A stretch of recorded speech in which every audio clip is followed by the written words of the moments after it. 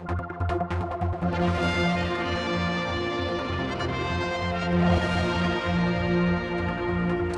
come along to Standard Bank to talk with their chief economist, Goolam, who's in from South Africa, to do a conference here today to talk to people about the world situation. But particularly, I know Africa is the sort of theme of what you're going to talk about. Can we though start with the world economy and how the Isle of Man fits into it? Because I mean, you've got your finger on the pulse, and the offshores in general. How are we doing? Well, to begin with, we've realized over the last couple of years that globalization has meant that the world has become very intimately interconnected. In other words, what transpired as a relatively small subprime event in America eventually translated into 80% of the GDP producing world falling into recession. Commensurately, as a result of the financial crisis that ensued, we've seen an entire reframing, or an attempt to reframe the global financial services industry. Now, of course, the Isle of Man is very dependent on financial services for its livelihood, for people's welfare, and as there is a reshaping of the global financial services regime, so too will the Isle of Man have to lock in to that new environment.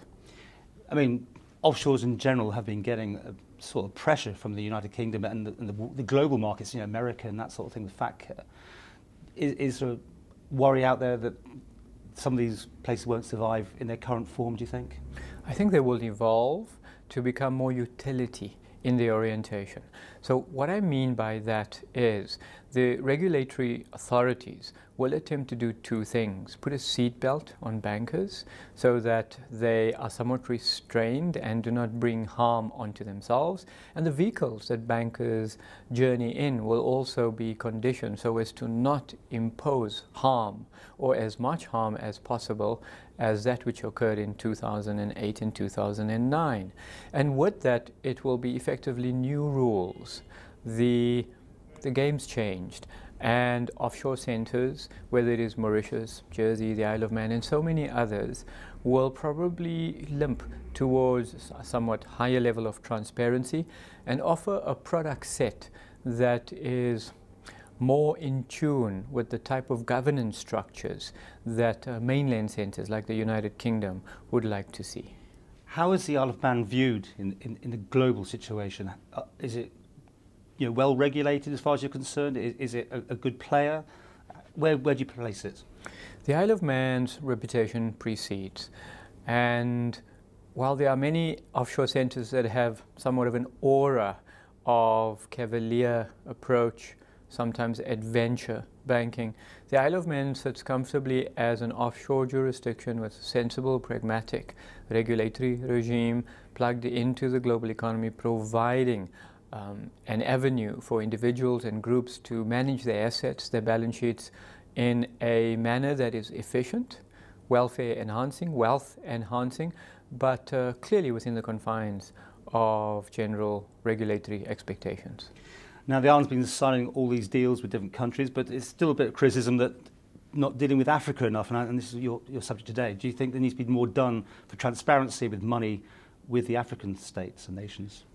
Only a decade ago or so, many would have considered Africa the dark continent. Very infant economies, and the financial markets also quite nascent. But over the last decade, there has been enormous growth, and in fact, the continent is in the ascendancy. So financial markets are deepening, asset markets are deepening, and foreign interest is similarly rising in substantial amount. And so, as global investors scour the world for investment opportunities, increasingly Africa is surfacing, and there's a variety of reasons.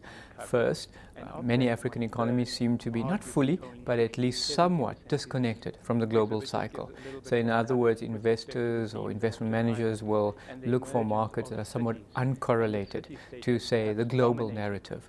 So they know if there is a risk-off theme that is maybe enveloping developed markets as well as general emerging markets.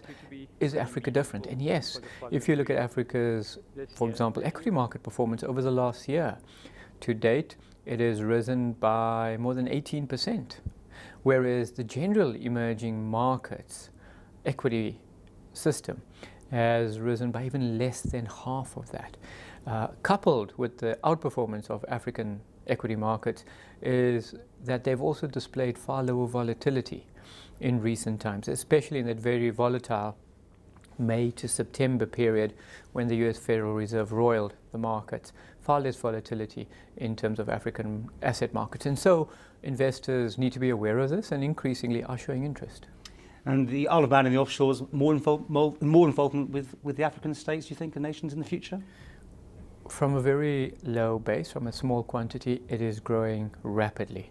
So today, for example, while it's such a pleasure to visit the Isle of Man, similarly, over the last 4 weeks, quite literally, I've had conversations with investors in Boston, New York, Washington, in London yesterday, Frankfurt over the next couple of weeks. So there's a broad spectrum of traditional established geographies that are showing interest in African markets.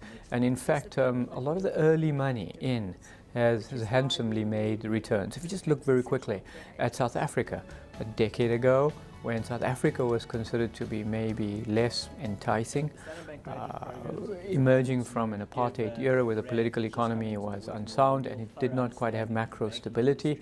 But in the last decade, South Africa bonds have performed incredibly handsomely. The South African stock market, which is today at an index value in excess of 40,000, only 7 years ago, for example, was trading at around 7,000. So I think the fresh money, the smart money, one hopes, is also interested in parking some of that in the continent.